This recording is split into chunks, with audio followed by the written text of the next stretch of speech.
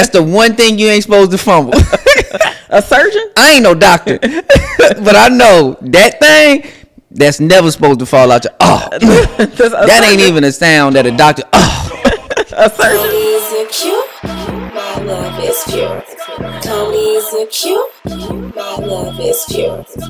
Show your love for Taquita Love. Comedy is cure. That's good. If you doing stuff where you signing NDAs and you can't say nothing. Absolutely. But you know what I noticed about Hollywood though is most of the time it takes you about 3 or 4 years to realize don't say shit until it happens. Until the check clear. Because that motherfucking movie might not even come out. They'll be like, "No, I was in it. It's real." You be like, "Yeah, all right." No, I was there. That happened to me. I did a show on Fox called Let's Be Real. It didn't come out. Well, my part got cut on my way to the studio to put. That too. And then I was so happy. I was like, I'm finna give me an IMDb credit. Yada yada. And then it was like, I got there. They was like, they had me in holding the whole day. No, I had a scene with De Niro. Al Pacino was in there. Denzel walked by. You could see it. It been boom. John cut out the. They was like, they had to make 12 cuts. Yeah. All of them was mine. I'm like, can I at least get the credit so people know I was here? Exactly. And then you can't really be Instagramming and like, look, I'm here. Hey, look. That'd be the only way to know sometimes. But now, you know what? Now, that probably would have broke somebody's spirit back in the day. But now you kind of realize, like, you really got an opportunity with this social media shit. Yeah. Like, you don't really need them. Say that. Like, you really don't. I have so many friends in comedy that are just so like dependent on, I didn't get a JFL audition, or I didn't do this, or I do. And I'm just like, do you know the person that's making all the money they monetize? That's it. All of them. First of all, most social media people got more money than the people on the TV shows. Exactly. I'm talking about people that been on the series for 3 straight years. Mm-hmm. Country Wayne is out grossing. I'm pretty sure the entire cast of BMF. I think the other people making all the money are OnlyFans people. So it's either like get online. Or that sex work is winning right now. Has it ever not won? No, it's always. Think about it. They used to listen. Hoes used to be marginalized and oppressed. I promise you. It used to be, think about it, the pimps, everything, they used to keep the hoes in this small little box, and you be hoeing out there, and you just couldn't make it to the next level. Yeah, and now you do it on your own. Now you don't need no pimp. You don't need no pimp. You don't need nothing. Like, at the end of the day, Black China made $20 million last year. She's more wealthy than the majority of people in our industry. Exactly. In 1 year, though. Just 1 year. And that's just on one source of income. Exactly. We ain't talking about ads, posts and shit that she getting from all of her other social media platforms. Again, that's why we doing the wrong thing. But doctors be showing ass. Whole doctors and nurses be in the back I can't. doing TikTok shit. Like, I'm like, yo, it's a patient right behind her. And during the pandemic, they had them little mask bikinis on. And I was like, y'all gonna disgrace the PPE like that? Oh, for sure. But no, I have so many morals. Like, I feel like sometimes I wish I wasn't my son. Like, I don't know if it's a tourist thing, or if it's like, I feel like if I was a Sagittarius, I'd be out there. Now you know damn well dignity ain't no good in this industry. Look at you with all that moral compass and shit. Nah, wearing red. You got a red talking about dignity and morals. I ain't gonna lie. But yeah, we'll see. Who knows? We'll see. Like it's a sequel coming out. We'll see. We'll see. I mean, because you know what? Growing up, my mom always told me, get your degree and then do whatever you want to do. Father, this ain't all I am. This pole don't define me. I went to school. I got my shit. I feel it. That's the more morale. For real, because that give you a foundation where this ain't all I am. Like, look, I could save your life. You be like, ooh, your heartbeat is irregular.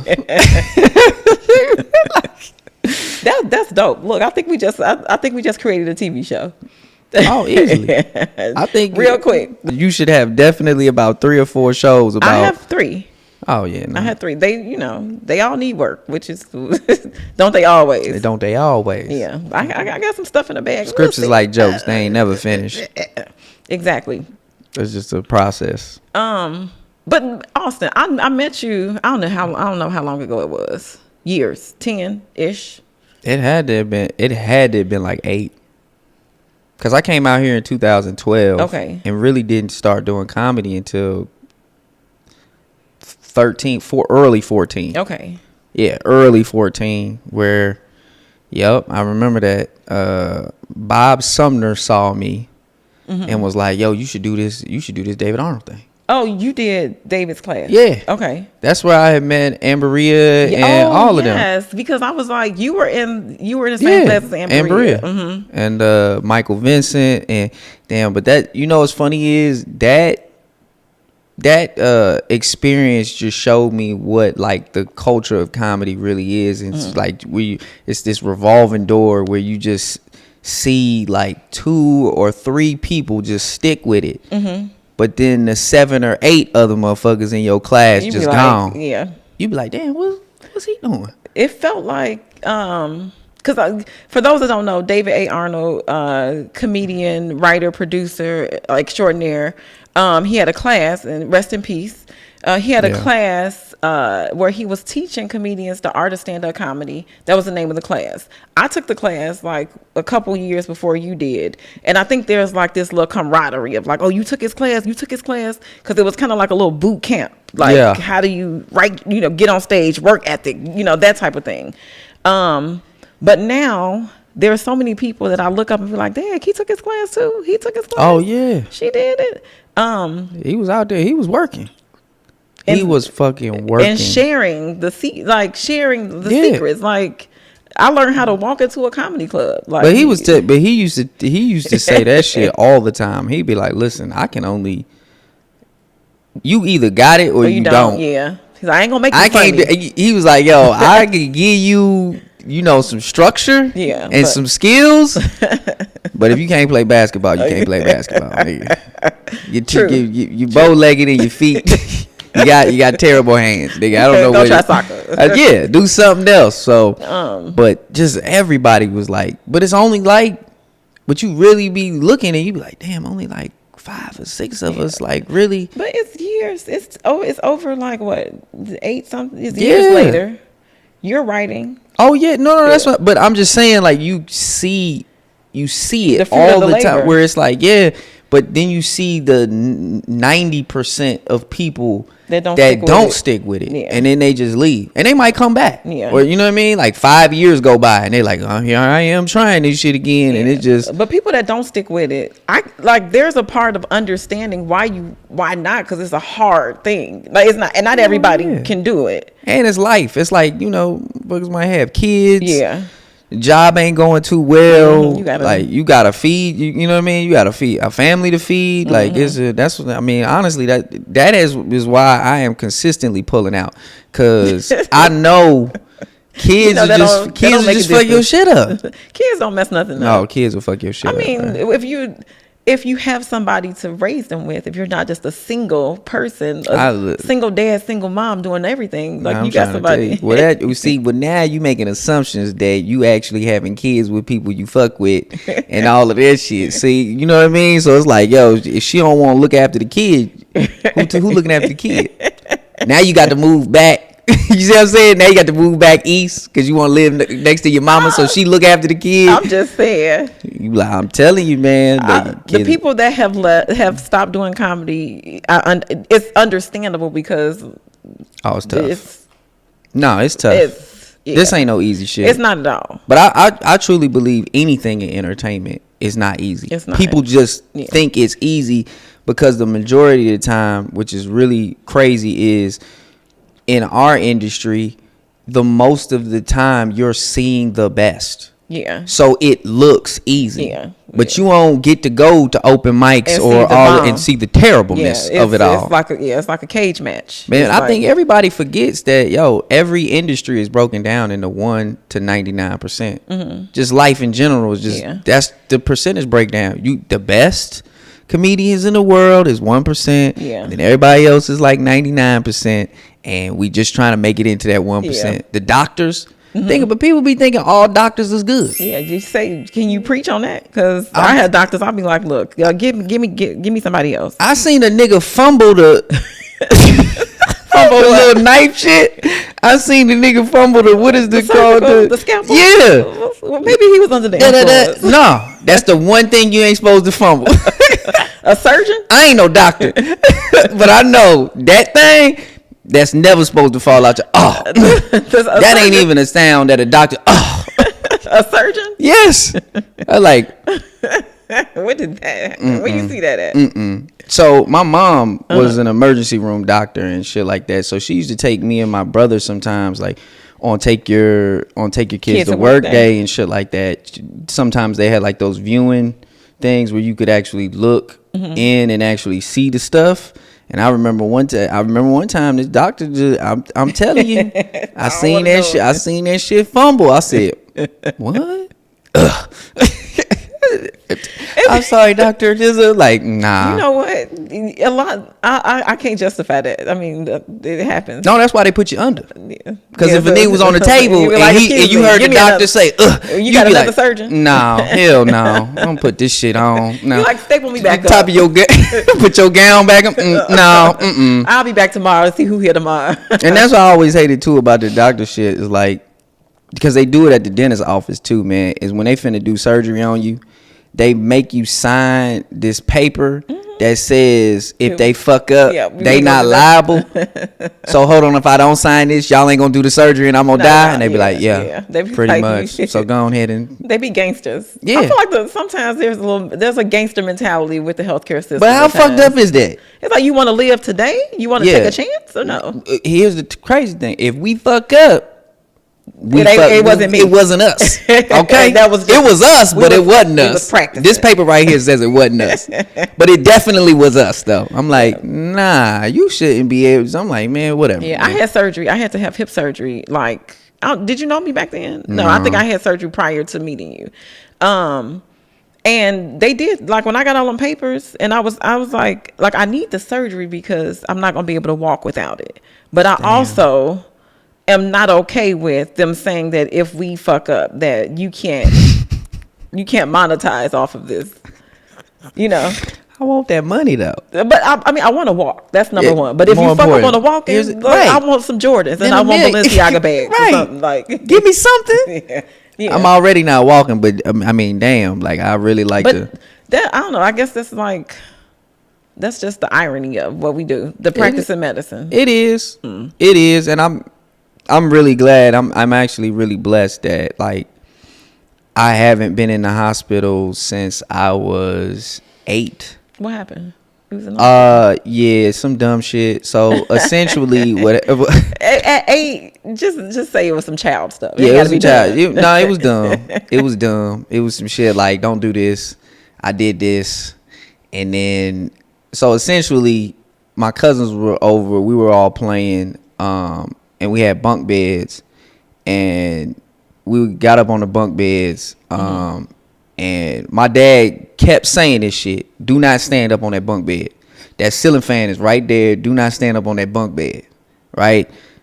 Whatever. We playing. All of a sudden, I hear a pop, and I kept playing. And then, like, the blood started squirting on the TV, and my brother was. To this day, I remember on Super Nintendo, this motherfucker was playing NBA Jam.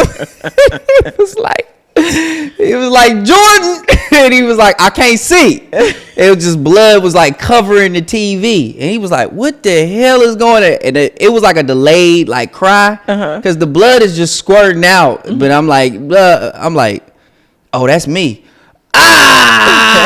Like, he runs downstairs. They can't stop the bleeding. It turns out that I hit like an artery. Oh, wow. Up here or something like that. Oh, that's bad. Yeah. So I lost like 20% of my blood or some shit like that. Like, my mom. Did you pass out? Yeah. My mom said she came home, like, it was just blood everywhere. It looked like a horror scene or whatever. But it was like just 4 stitches.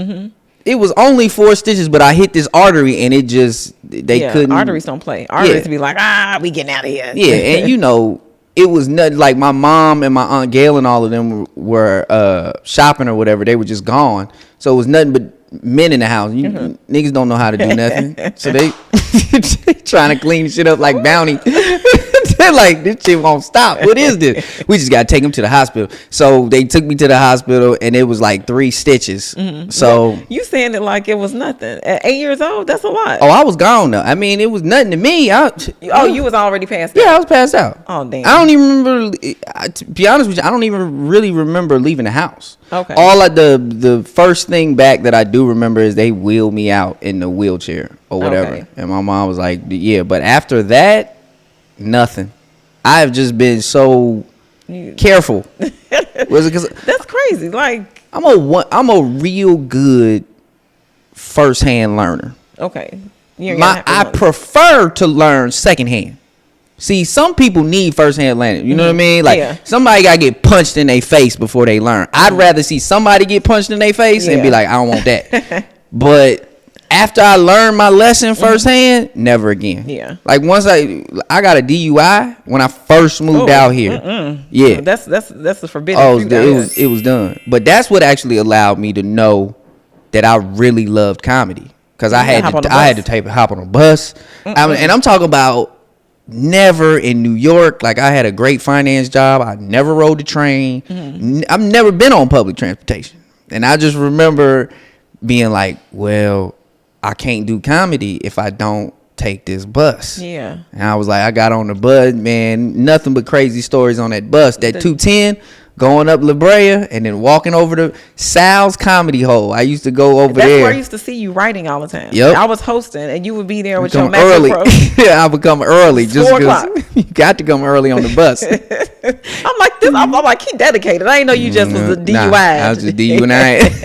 Motherfuckers be thinking, oh man, he disciplined. I thought you was disciplined. Nah, you got to go there early. You don't know, the 210 be running late sometimes. You be like, oh, that ain't gonna happen again. You was in there vigilant. Because think about it, if you traveling, it take you about, what people don't realize is the bus magnifies whatever is happening.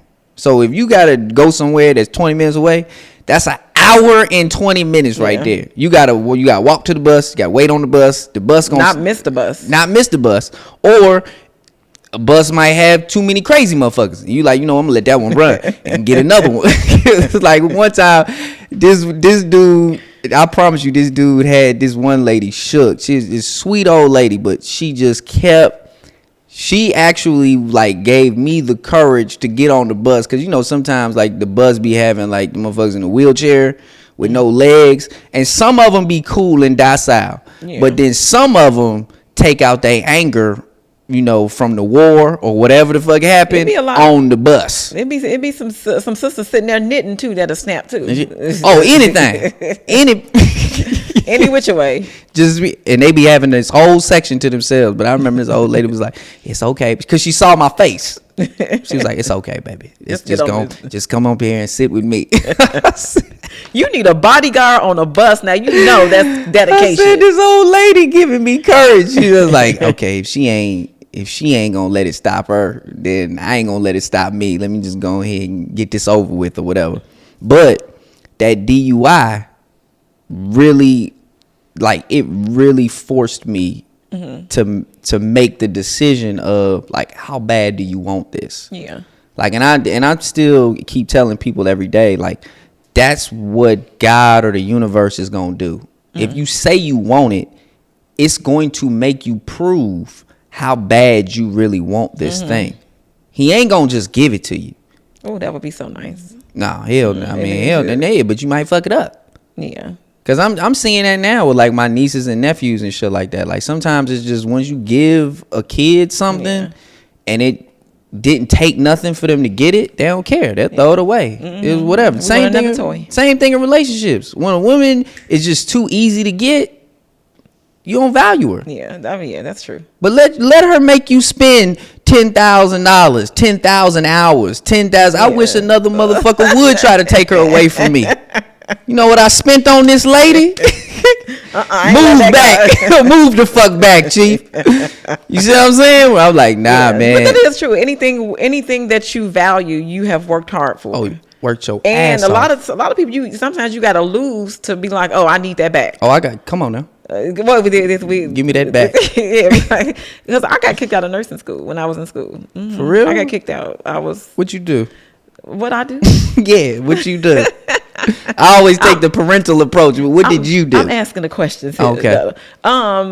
This is like kind of like my little my motivational piece, because like I got kicked out for failing a class. Mm-hmm. And it's one of those things where, like, who knows? My test got lost and they couldn't find it. But what was the class? It was nursing 201 or something like that. Like, they said I failed the bed making part, which is crazy because, like, how could you mess up making the bed? Making the bed. Yeah, making the bed. I'm mad they got a making the bed part. It's you making an occupied versus unoccupied. And then we had a pharmacy. What's the difference? Occupied means like if you're in the bed, I got to make that bed while you're in there, while you're in the bed. Like I got to roll you and like do all that. Yeah. Okay. And then I failed another class. They say, and so I got kicked out. I had to get reinstated. But do they make you do it with a real person? No, a dummy. Oh, that's stupid. Yeah. You need a real person. Yeah, see, a dummy can't be like, that's my knee. Yeah. You know what I mean? You need real shit. They was like, no, you can't graduate to the real person because the dummy fucked up. The dummy is fucked up. You got the dummy bruise. What's wrong with his leg? Like, so what did you like? So honestly, mentally, where were you at when they were like, yo, you failed? Were you like, man, fuck this place? I had a moment at first, but I had spent so much time, and I had lost my grandmother to throat cancer. So she was my why. She was my reason. Right. So it was just like, I got kicked out. I took a year off. And in the year, I was depressed for a minute because I was like, what am I do? I'm in college. I ain't got. And then I got some, like the little, what is it called? That little light, something, that little push. That be like, you gonna do it regardless. Like that, the part of you inside of your body that be like, I'm not gonna give up. The drive. And it was just like the drive after the depression, then the drive kicked in. And when the drive kicked in, it was kind of like I didn't take no for an answer. Was there a specific thing that like pushed you in that direction, or it was just like, I think it was just, I'm over it. It was because I was like the only black student in my program too. Oh, you didn't even go with the racist shit? I tried the racist stuff, but I was like, I want Jesse Jackson going. First of all, you can't make a bed. This ain't got nothing to do. It's because I'm black. A lot of stuff happened though. They left my name off the program at my hand blessing ceremony, and I think like it feels personal, of course. Wait, what's a hand blessing? Hand blessing in nursing, you get your hands blessed. It's a ceremony where they bless your hands, and they do a speech, not a speech, like a saying. Okay. Mm-hmm. You ever work in an emergency room? Mm-mm. No. You need blessed hands for emergency room. I work peds oncology transplant. But I got reinstated, and once I got reinstated, I literally had to prove my case. Like I was there with my mom. I turned into who's the baddest attorney? I don't know. I don't want to say Johnny Cochran. I don't want to say that because that was the Bluetooth thing. I think the Bluetooth that he had the aneurysm. They say it was because of I ain't know. Yeah, that's what they say is the Bluetooth. But I literally turned into like. Wait, Bluetooth was giving people aneurysms? Back in the day, the Bluetooth you had in your ear all day. That shit crazy, bro. That's what they say. Here's the thing, they still be saying that shit about phones. Yeah. I seen a little white lady on the internet the other day. She was like, keep your phone away from your body. you. Yeah. I'm like, yo, how the fuck is that supposed to? Yeah, I used to not own a microwave because of that. Yeah. Yeah. But sometimes I just be like, you know what, fuck it. It is life. Let's just. That's what I just said. I said, warm me up a hot pocket. Sometimes because the internet is just filled with information. I saw a video the other day where somebody was trying to tell me broccoli ain't no good for you no more. Well, they say broccoli is fake. That's what Dr. Sebi said. That shit ain't real. So now I'm like, okay, so now I'm in a weird space. If it ain't got no seeds, then they said it's man-made. If it's no seeds, and then stay away from canned goods. Oh yeah, no, I mean we already knew that though. But I mean, if you breathe, if you walk outside and breathe, then you susceptible to anything. So it's just like, what we gonna do?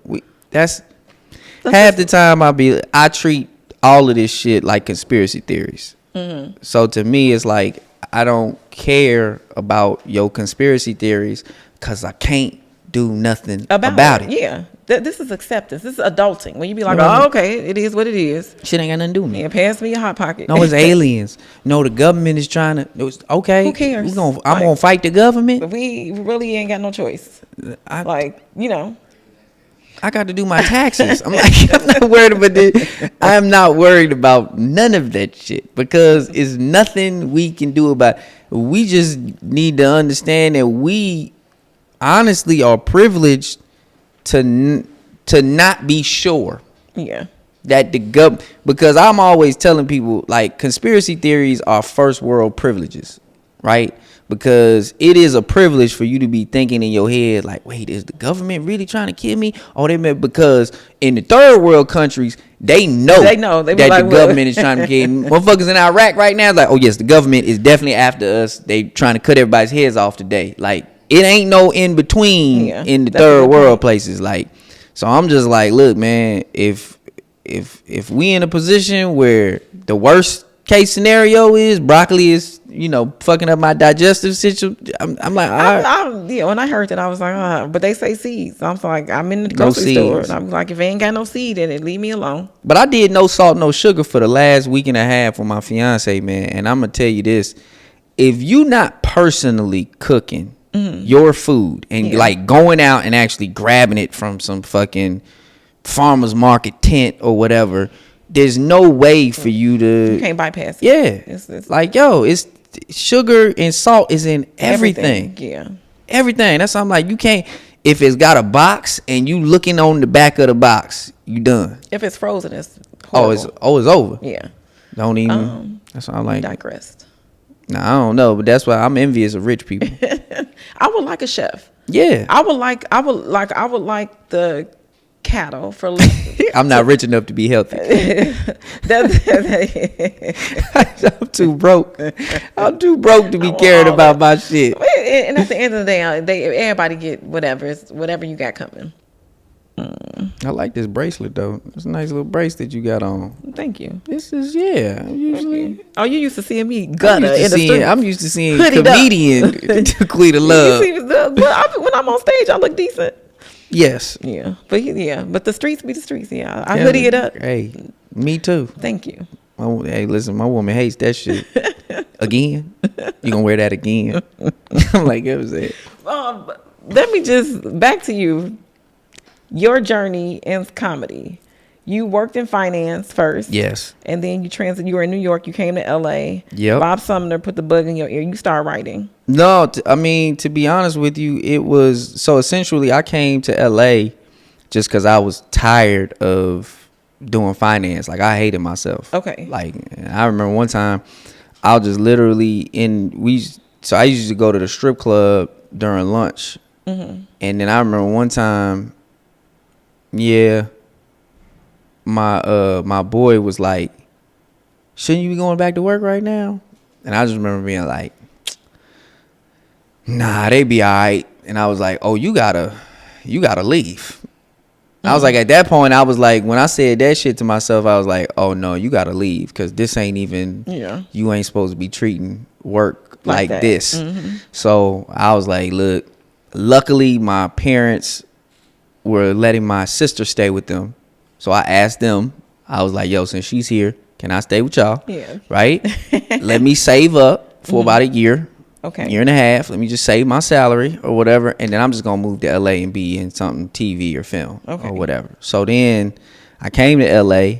I met this girl. I fell in love. She ended up passing away on some weird shit. And then I got depressed. Right? So then I just remember it's probably about 2 months or 3 months, like I was just in a dark place. And I remember my boy, he was at UCLA at the time in like this master's program. And he was basically like, yo, you got to get up, you got to get out, you got to do something. Mm-hmm. And he was like, there's an open mic right down the street. Mm-hmm. You should try that shit. You funny as fuck. Like, just try it. And I was like, I was so down that I was like, I ain't got nothing else to lose. Yeah. You know what I mean? Like, might as well do it. I went over there. I waited 3 hours. Because you remember, like, like honestly, 10 years ago, everybody was doing some bullshit potluck shit. Oh yeah. So you couldn't just sign up and get on. Like, am I gonna get up? Am I gonna get up? When they gonna call my name? I can't leave if they call my name. At all. Like everybody was doing that shit. And I hated that because it was so time consuming. You would just spend 3 hours on one mic. Yeah. But this was the first mic, so I had never even experienced comedy, which was weird because I was living in New York. So I'm like, not one time did I ever go into a comedy club when I was in New York. Now, I didn't even realize, like, I'm realizing I used to go downtown and get fucked up right next to the Comedy Cellar and didn't realize that the Comedy Cellar was right there. So I left New York, came out here. I'm at the open mic. I'm talking about 3 hours of bad comedy. Bad comedy. So you know that shit stretched out to like 5 hours mentally. You just like, oh, I'm here. This is crazy. But you don't have nowhere else to be. And, nothing. You just like, I'm but here. Remember, I just got out of depression. So I'm 3 hours of my mother's a bitch. Oh yeah. I fucking hate life. Like, I'm like, oh, okay. All right. Well, my shit ain't this bad. Which actually started bringing me up. Where I'm like, damn, I actually fuck with my mom. And then I got up there. Open mics can boost your self-esteem if you go. Oh yeah, if you a regular person, just go in there. I wasn't a comedian yet, so I'm just looking at life like, oh, my shit ain't that bad. Yeah. Cool. So I get up there, I do 3 minutes, I do well. I'm like, I did better than all of these people, and I had felt better than I had ever felt in the last 3 months. I'm like, oh, it's something here. So then I started doing that shit like every day. Where I'm just like, okay, this is getting good. And therapy. then Bob saw me at Flappers. Okay. And was like, yo, you know, I really like your stuff. Like, you should do it. You know what? This guy David Arnold is having a fucking class. I think you should do it. I'm like, and then what was the company called? What was the company called? It was like Manor House? Nah, it was like Laugh Mob. Oh, you talking about? So remember, like, there was like this boom of Laugh Mob where like Ruben was there, like all of these black comics and Hispanic comics, and everybody was like doing. It was supposed to be like the new Def Jam or whatever. So everybody started doing that shit, and then, I mean, honestly, from there it was like, I love this so much. There's nothing I would rather be doing than this. So this is my purpose. Yeah. I'm just going to lean into this for forever long I can do it. And now I'm here. Yeah. So I know I saw you do stand-up and work as a stand-up comedian. Yeah. But then, like I mentioned, when I would see you at Sal's, you would always be writing. Oh, yeah. And so, like, I know that you write. You wrote for TV. Tell us a little bit about that. Well, honestly, I came out here because I wanted to be in film and television. So it was more so as like, I have this, I don't know, it's almost like I have this vision of what my career and my legacy is supposed to be. So stand up is very, very close to my heart, but so is film and television. So I love movies. I love television. I just love high quality, you know, I guess content or whatever. So I'm always like writing movies and developing, and that's where a lot of opportunities actually started coming from. Like, I try to tell every stand-up comic, man, like, stand-up alone is a 15 to 20 year grind. You gonna be on some Bill Burr type shit if you ain't doing nothing else. You gotta be like, so all of the TV shows, all of that stuff, that was what actually allowed me to work with like the bigger comics. Like, you know what I mean? Like Sid and all of these other people. It's like all the other stuff that I'm doing outside of it is cool. Cause at the end of the day, motherfuckers be thinking it's really about you being funny, but it's not. It's a lot of funny people out here. A lot.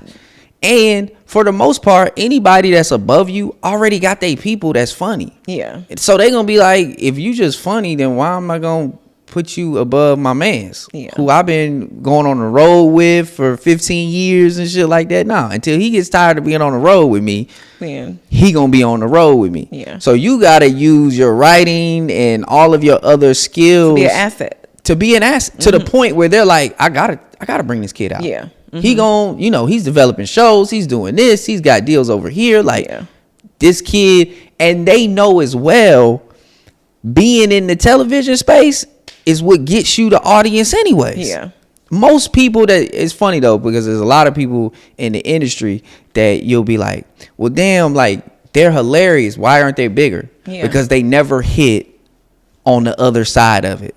Like it really is only like a handful of motherfuckers from like the beginning of stand-up comedy time that actually made it big on just stand-up. Yeah. But then the value, I don't want to say the value of stand-up, but like what stand-up means now is totally different than what it meant back in the day. Totally different. Like now you put a 30-second clip, get 50,000 views, get monetized, and you got and then you get a late night TV spot.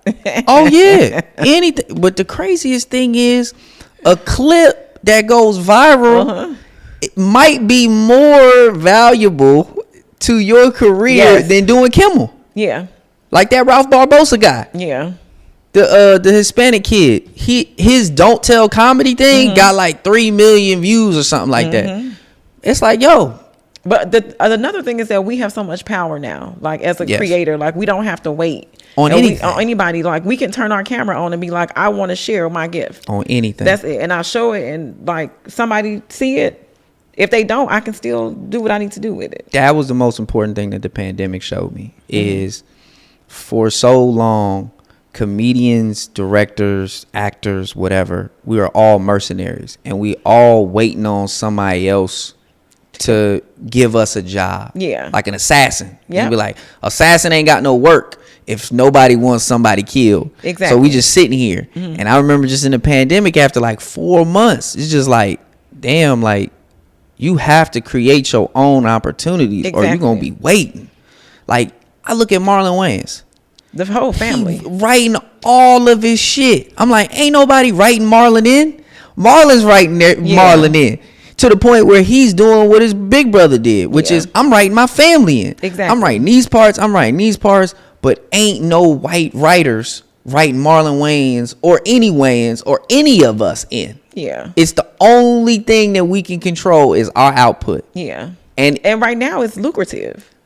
It wasn't at first. Now you can cash out without.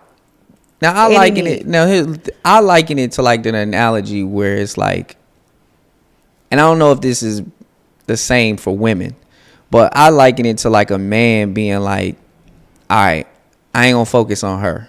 I'm gonna focus on me, and then women are gonna come. Yeah. So it's like, as a content creator or as an act or whatever, you just say to yourself, I'm gonna do this content, and this content. I'm gonna get my influence up. I'm gonna get my following up. The people are going to come to see if I want to work with them because I got the people. Exactly. You standing outside of the store or the factory being like, please put me up, please do this shit. Those people are going to come to you. Yeah. When you got 500,000 followers or 1 million followers, I promise you, they're going to reach out. And when you got content like you, how you have your album, your comedy album.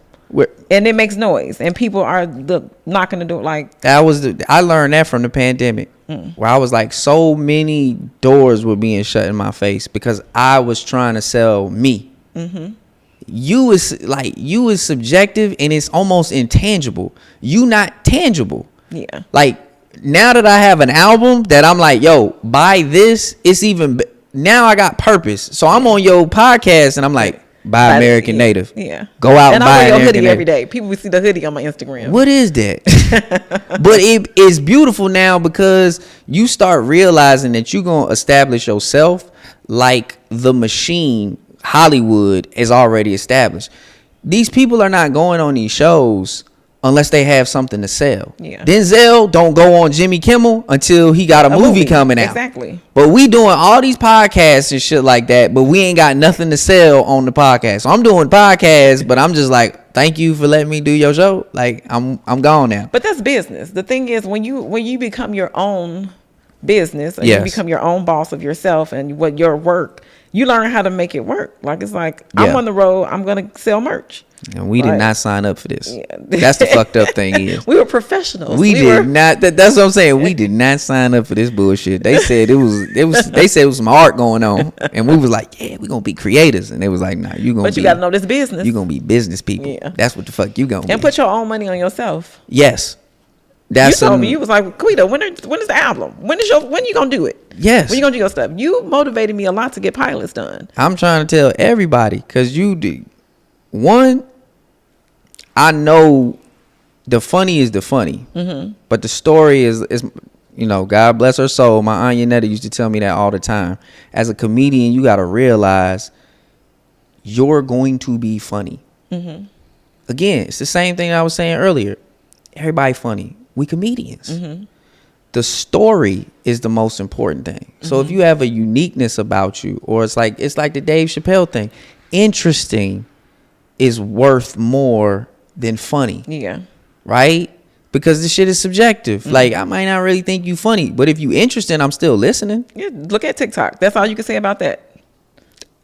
It is. It's a microcosm of life. Like, I might not really laugh at what you're saying, but if I'm engaged, that's like, and when I hear your stories and shit like that, where I'm just like, oh no, she got a pull about her. She needs to do something right now because no one's writing her. Yeah. No one's writing you. No one's writing me. So I'm like, yo, if you're not writing you, you're going to be waiting around for the rest. Yeah. Think about, like, bro, it was like people like Derek Luke and shit like that where you were like, yo, they everywhere. Yeah. And then they nowhere. Yeah. And you like, what is happening? Yeah. What's happening right now? Biker Boys, it was like, you know what I mean? I wanted to attribute it to Biker Boys. Like, yeah, that's why he gone. Because you did some shit called Biker Boys. But I'm like, no. The Hollywood stopped making things that he could be a part of. And he never did anything that he could be a part of. Yeah. That's the day that your ass is going to be out.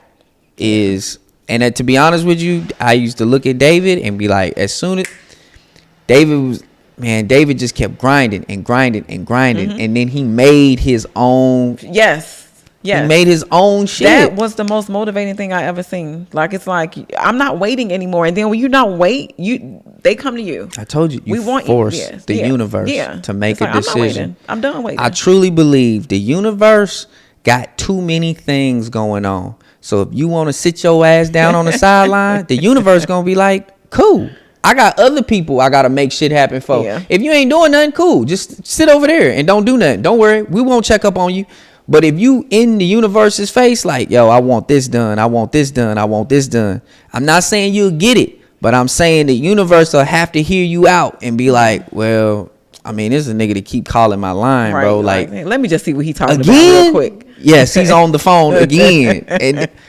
And that's why I used to always get jealous, because there was something, and I guess it was ego or pride, that would always hold me back. Because you ever see somebody who just be hustling and grinding to the point where they're annoying in other people's faces, and you be like, well, how the fuck did he get on?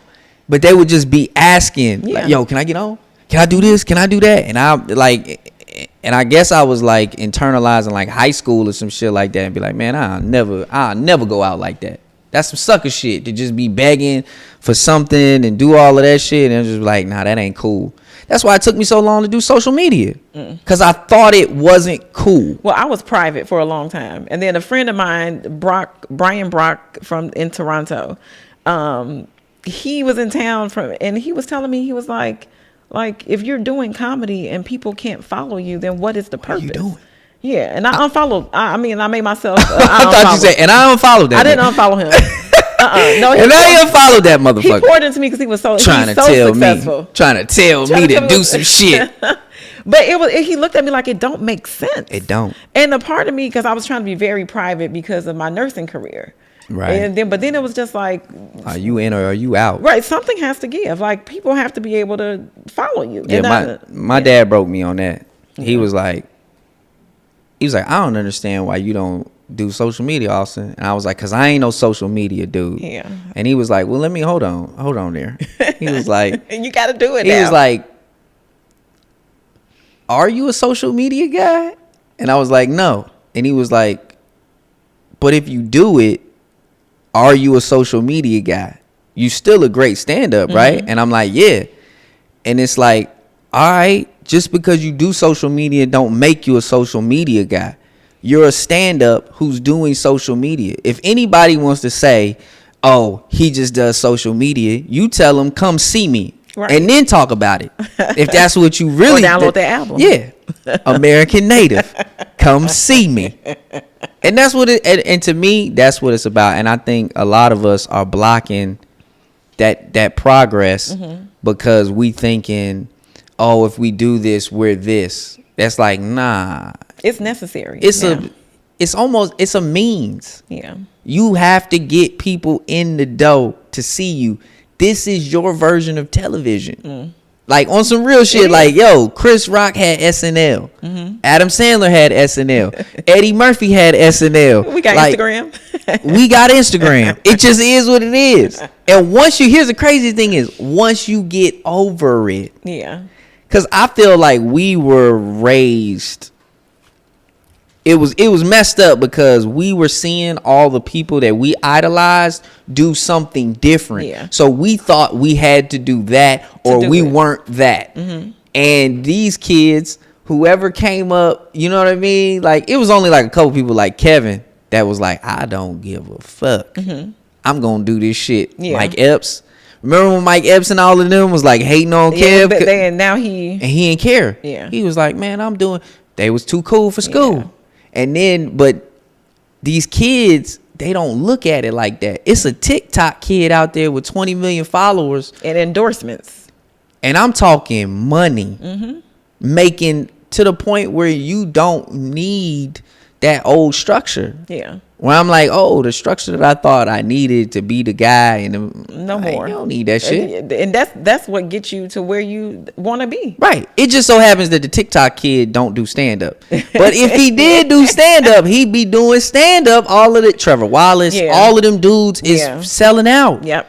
I'm like Tony Baker. Yeah, Tony Baker. He remember Tony before Tony was always killing. Yep.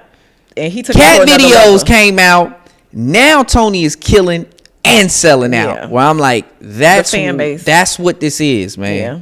You can say whatever you want. You can be like, man, he just do them animal videos. Yeah, and he's killing in front of all these people who might or might not be coming out because they saw his cat videos or whatever.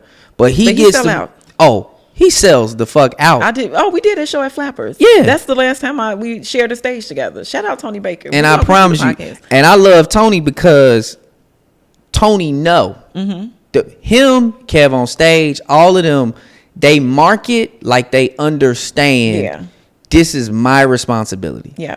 Like they be marketing like we market. Like our show, like, you know what I mean? Some comedians just be like, man, I ain't finna market like that. No, they be like, no, I'm gonna sell the fuck out.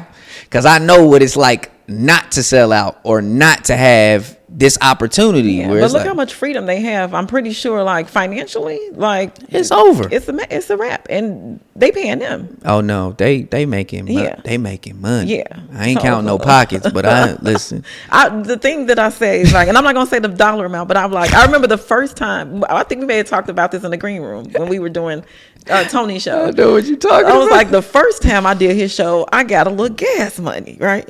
The last time I did his show, I got some money I could take a flight with. You know, I was like, look at how what is happening. Look at the glow up. But I love seeing like the outcome of making those changes and taking control of our own and just career. doing it because you don't. And again, now it comes to the point where everybody starts falling in line to the whole you doing this? Oh, Tony. Oh, you doing it? Boom. And everybody that should have been falling in line before the videos, now they there. Now they right? Where you just like, oh, okay. But it's just that one little change, like you said, where if you can just make that change, get out your own way and realize this is this is a means. Yeah. Don't make this you. Yeah. Just make this. And you preaching to me because I need to hear that, because I'm like, I'm doing this content so I could put more out, but I'm just like, I'm not on social media like I should be. I like it. This gonna blow up. Oh, thank you. This gonna be some shit where you gonna have some Johnson & Johnson money coming in and all of that shit. Come on. That's all of it. Hey, listen, all of that shit. It's money in there. Yeah, I'm telling you. And you got the little health. You got the health and wellness shit. You got shots. You got ginger shots out there. Like, I'm like, okay, this is good. Like, I'm telling you, you just keep going. Get to 100, and I promise you gonna start. It's gonna be a wrap. But here's the thing: everybody that has been doing podcasts and it's become successful has really told me, listen. Clint Coley actually told me this at Kev on Stage's show. He was basically saying, look, man, get to 100. Yeah. Just get to 100. Stay consistent. You think that it's all about what it is you're doing right now and all of that shit. No, brother. The goal, get to 100 and then just watch the shit explode. Because, again, I really feel like the universe, it appreciates consistency. Yeah. Because consistency lets that shit know, oh, you really want to do this. Yeah. Okay, my bad, man. I thought you were just bullshitting. Because remember when you said you want to learn how to play the drums when you was 14 and then you quit after a year? That's me. When I'm like 100. You got 20. I'm close. Well, I got this one. This is like I should be good soon. And here's the thing. That ain't no easy feat. It's not. But I promise you, it's something about it, man, where the universe it really does gifts it. It's like, oh, you really about this shit. Because so many people say stuff like, I'm going to do this, I'm going to do that. And they'll go to the gym for 2 weeks and then it fall off. And then, you know, I've done that. It's the stand-up thing. For real, it's the stand-up thing where it's like, I was telling this kid last night, I did a show at the Improv, and he had only been doing it for a year. And he was basically, you know, saying like, yo, I want to do this. I'm like, hey, look, man, just keep working at it and stay consistent for as long as you humanly possibly can. Because that's all that, man. You gonna get better. If you dribble a basketball every single day, you good. But you've been consistent. You've been killing it. What's next for you? Me, right now, I'm working on a couple of deals that will actually allow me to start on, I guess, the other side of my legacy, which is film and movies. Okay. So, like, in my head, like, I've always just told myself my Wikipedia page in my brain. That's what's so up. My legacy is, you know, 2 classic comedy specials, you know, 3 classic movies, and 1 hit television show. Okay. That's what I like. That's what I want. That's the goal. Yeah, because I feel like in my head that cements me as, oh, he was running it for a while. You know, when you think about everybody that you really fuck with, that's in a legacy. Yeah. Like you like, oh, life, like, oh no, that's it. Yeah. You know, so I really do feel like we get swings at the plate, but we only get so many. Yeah. So even at like the stand up thing, man, I'm like, unless I know I got a classic, I ain't putting out no special. Album is different because you can use some of the stuff that you had in the album because ain't nobody seen it and all of that shit. But I refuse to put out a mediocre special because I'm just like, once it's gone, it's gone. You can't get it back. You ever listen to an album and then you listen to the next album and then you think to yourself, damn, if they had just taken 7 tracks from this album and 7 tracks from this, all would have been a classic album. Yeah. Why did they not do that? You never know, but you know, you can only try to hone in and focus on what it is you want to do. Because I mean, not to get too serious about all the legacy and bullshit, we really are painting. Like, that's it. And at the end of the day, you want your painting to be how you want your painting to be. And other people are going to be like, don't be a perfectionist and don't do that. But it's like, I have lived a life where somebody is happy with my painting and I'm not. And I've lived a life where I'm happy with my painting and they're not. And I will choose me being happy with my painting 10 out of 10 times over that That's bullshit. all she wrote. That's all she wrote. Yeah. Well, thank you so much for coming. I'm done with you. Can you give us, where can we find you to your camera? Oh, yeah. So it's Austin Hall Comedy on all social media platforms, IG, TikTok, Facebook. Please go out and get American Native. It's my comedy album. You can get it on iTunes, Apple Music. It's playing everywhere, though. Tony's a cute. My love is pure. Tony's a cute. My love is pure. Show your love for Taquita Love. Comedy is cure. But as always, you want this. I had one dude was like, hey, you think you could bring a brother the clear machine home? Not the clear machine. He was like, yeah, ma, you know, the revival. Clear.